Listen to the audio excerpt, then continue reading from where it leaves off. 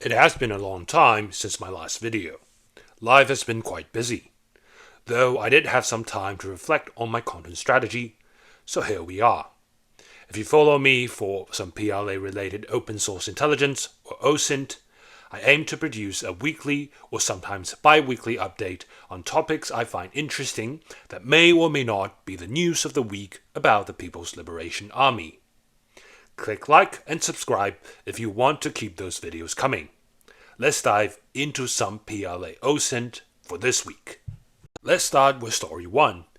China Helicopter Expo is being held in Tianjin, China, and the Z-20T assault helicopter has become the focus of the show. If you are my Twitter or X follower, you would be quite familiar with the PLA Z-20 helicopter, or the Copyhawk as I like to call it.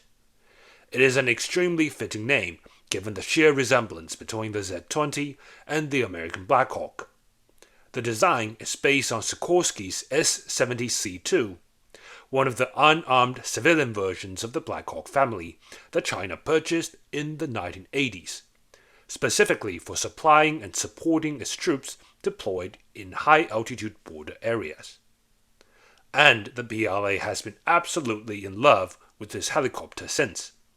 For almost 20 years after the induction in the mid-1980s, the Black Hawk was the only helicopter in the PLA service that could reliably operate in Tibet. As the saying goes, imitation is the sincerest form of flattery, and it is undoubtedly so in the case of Z-20, specifically for the Z-20T assault helicopter. The most prominent feature is the two large wing stubs that can be loaded with weapons. This design can be traced back to the Black Hawk's external storage support system, which is the fancy way to call these wing stubs. Most Black Hawks can be fitted with them. And here we can see a rather early example of a Black Hawk carrying 16 Hellfire missiles under the wing stubs. Though for most Black Hawks, just slapping wing stubs and missiles onto them is not going to give them independent ability to acquire targets, aim, and guide the missiles until kaboom. The Z-20T has all those.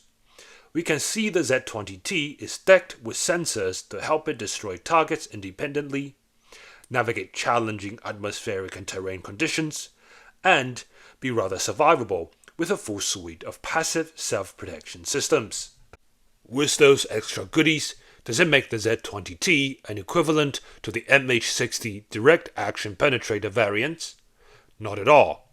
As of now, the Z-20T lacks the in-flight refueling capability, has no dual-mounted machine guns, and does not carry active protection systems such as a directional infrared countermeasure that can use laser beams to blind incoming heat-seeking missiles. So it seems to me that the Z-20T is not designed to directly get involved in special operation under the most precarious conditions. It should be more suitable to support large-scale conventional air assault operations, to provide heavy fire support, supplementing attack helicopter when needed, while being able to land troops in one go. The closest analogy I can find in the Black Hawk family is the armed Black Hawk enhancement kit that can be fitted onto the newer UH-60M and L utility helicopters. With all that above said, here is a short demo of the Z-20T during the China Helicopter Expo.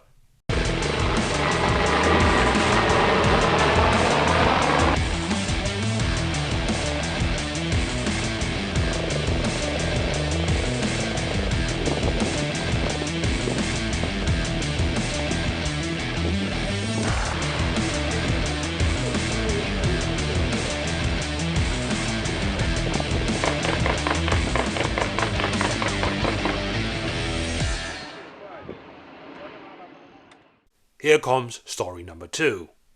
One of the newest batch of Type 054A frigates seen with Pennant number painted, indicating commissioning is near. It is no longer news that China built a lot of warships.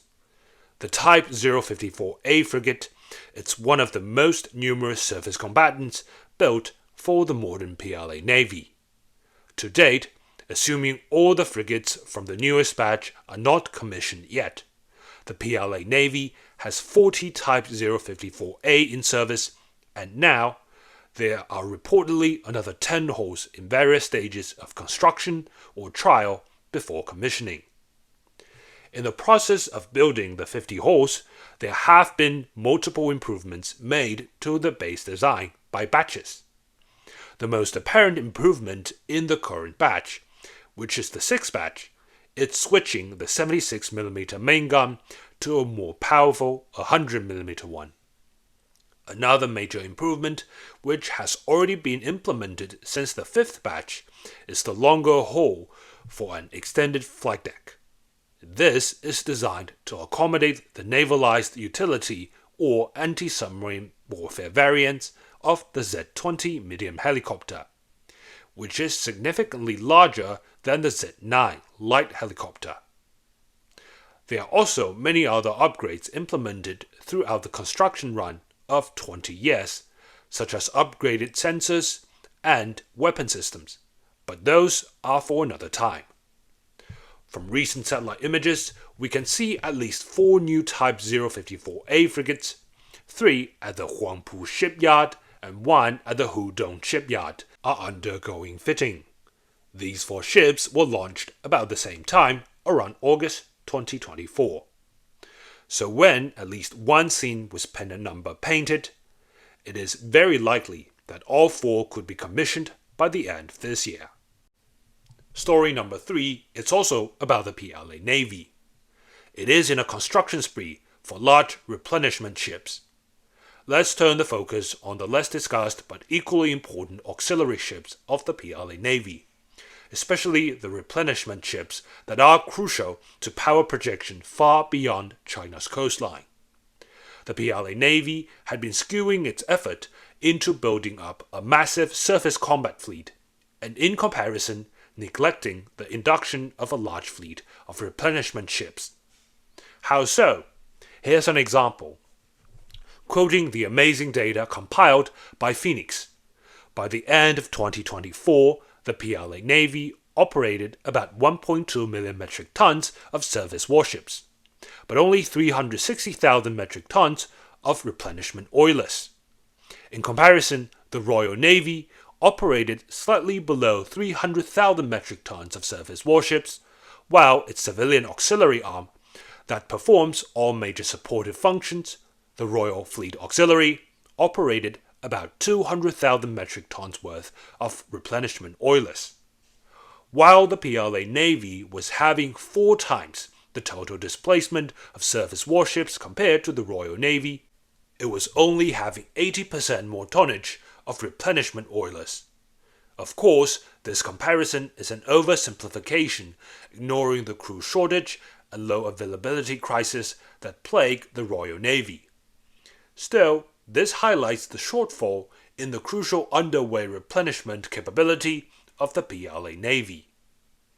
Then, of course, one can argue that the PLA Navy has more urgent priorities within the first and second island chains, hence it enjoys the luxury of operating closer to home. But the shortage of a large fleet of replenishment oilers would still limit the time on station for the combat fleet, and go against the PLA Navy's commitment to become a world-class naval force that can rival the mighty US Navy in terms of power projection around the world. And all the above is changing rapidly. From the recent Google Earth image update, we can see this image dated August 18, 2025, that a new Type 903A replenishment oiler is being fitted along the Yangtze River in Jiangsu Province. Further upstream, at the Wuhu shipyard in Anhui Province, 3 Type 903A are being constructed, with 2 already in fitting, while another one having its block joining together in dry dock. Then we move down south.